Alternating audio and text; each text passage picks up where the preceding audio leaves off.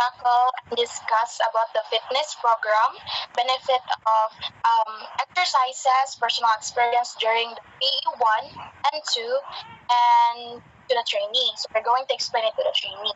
So this subject is for PED 032, and this is for pre-contemplation stage. So first, I would like to discuss my experience in for exercise. So fitness programs, we have structured plans that include various types of physical activities. So, ang benefits of exercise ani niya is that maka-enhance siya og mental health. So, kani siya is maka-improve siya sa atong pag-una-huna, and then ma-relieve ta sa mga anxiety or depression or stress nga naa nato sa ato ang una-una. And then it can also increase our physical health. So with the use of exercise, maka-maintain ta og healthy weight, and then maka-reduce ta og mga diseases that you might encounter.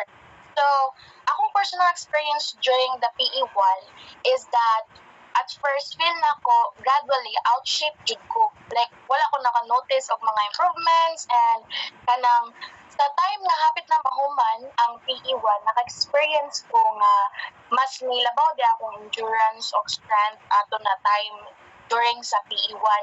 Like naka-experience ko or nakakita ko sa akong improvement after na mahuman ang tanan nga stage. And then pag PE2 na ko, like confident ko nga mahuman ko ning nga stage tanan kay na aging one ang nakuhan ko na since kabat ko sa buhatonon kay once ko nga kinahang like natuto ko o kanang paghuman sa stage tapos gitapol ko since kabalo naman ko sa buhatonon, then natapol na ko, wala na achieve ang akong goal nga dapat nako kanang kabuton P2. But karon sa PED 032, hopefully ma-achieve na to ang ato ang plans para sa trainee, and kani nga fitness program might be challenging, but we made sure that the benefits and then ang atong makuha ani na physical exercises is maka-help imuhang PE1 and PE2.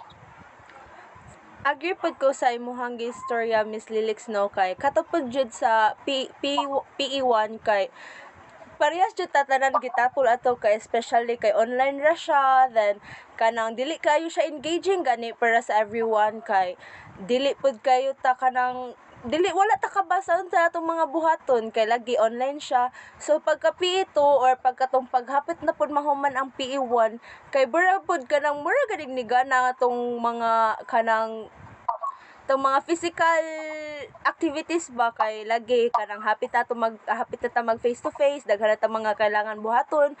So mao to siya, mo agree pod ko sa imuhang point nga kanang napod tay mga kanang changes sa to ang kanang physical activities.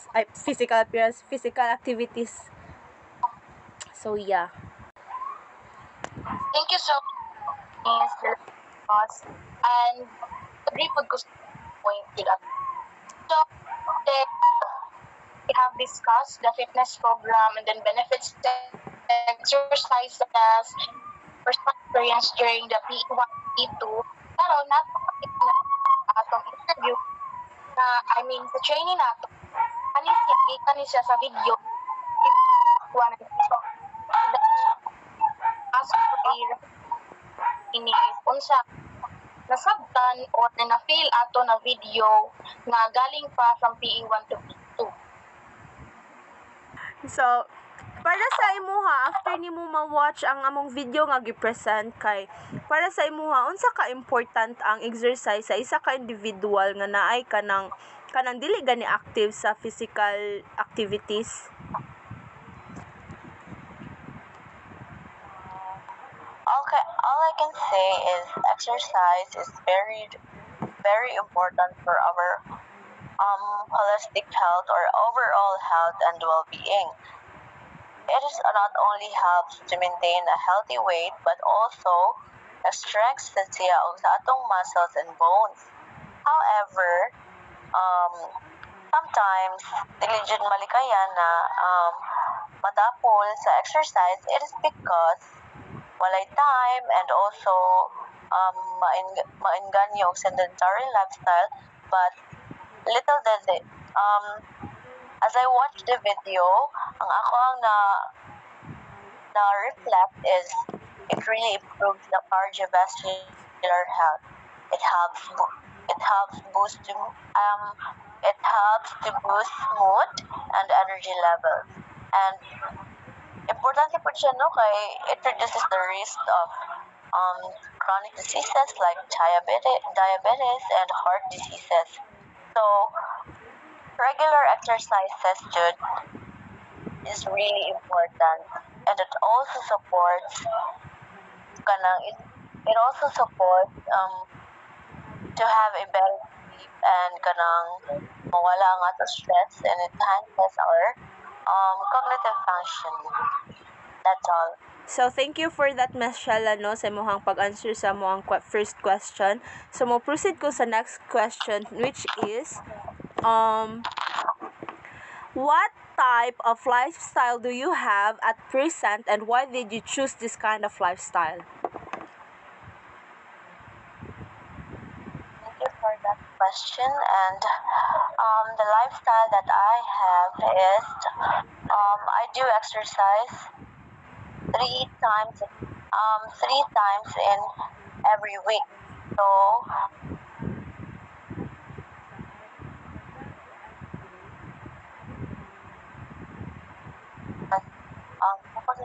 help sa akong singing career. And also, I am a PE major in Cebu Normal University. And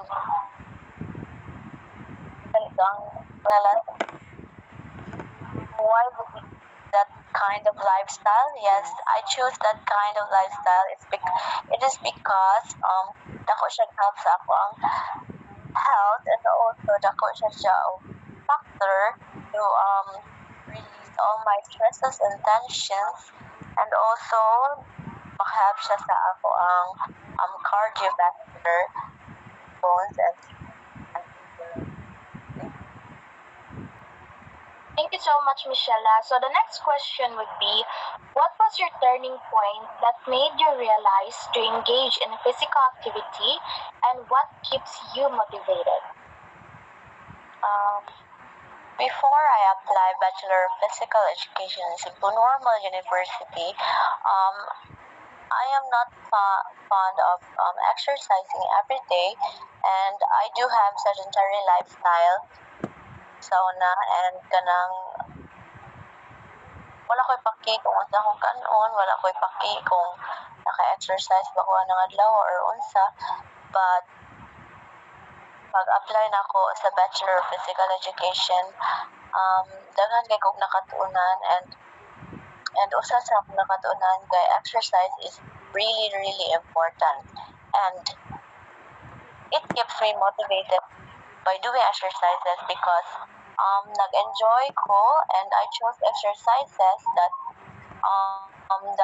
is fit for me, and also that is kanang light nako. And also one of the thing that keeps me motivated is also I have to set goals that kanang in every week kay I do have some exercises.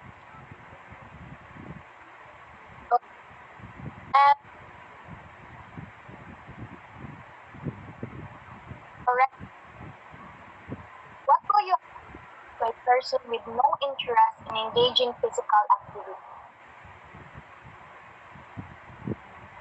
as an exercise enthusiast or as a Bachelor of Physical Education educator,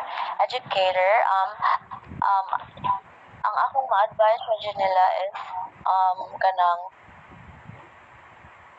since all of the people man dyan na kay nag-engage on social media, and I know na ay daghan anang advocates na mag-share og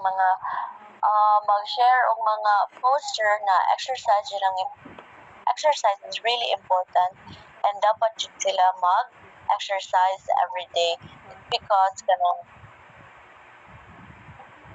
makapag-help sa atong health and maka-help siya sa kanang stresses and maka-help siya na makatarong sa og tulog and also kanang kita people na nag-engage og exercise, we must encourage them to have an exercise. Like for example, let's try to have a situation. If naa kay mga na daghan kaayo kanon like mga tamis and as ay kanang physical kanang educator na kanang nakakuan ka og exercise, imo siyang ingnan na dili ka mag less ang and also take some exercises and na encourage all the people na mag-exercise every day to improve their physical health. So thank you for that, Miss Shella, no? Thank you kayo sa muhang time and effort nga musod diri sa muhang gymit para i-help me sa kaniya muhang activity. Thank you for your thank you for being cooperative and thank you for allowing us to interview you. So thank you and have a good night. Bye. Hi, thank you.